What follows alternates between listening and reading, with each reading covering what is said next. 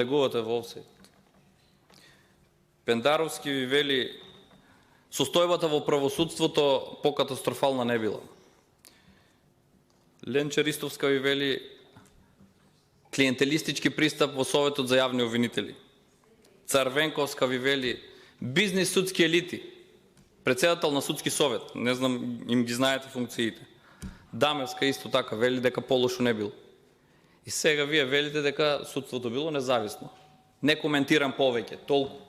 Сите овие ваши функционери, кои што по некоја линија се ваши функционери, ви се изјаснија после завршување на мандатите или на функциите или кога се разрешени, ви кажуваат за што станува збор и колку судството е независно и граѓаните го знаат тоа. Немојте да се надмудрувате на оваа тема, бидејќи не се брани нешто што не се брани. А со тоа што потенциравте толку одлуки на Совет, толку барања за легализација, сето ова е мерливо и проверливо. И уште еднаш ќе ви кажам, треба да знаете кој треба да ги санкционира доколку има противзаконски действија.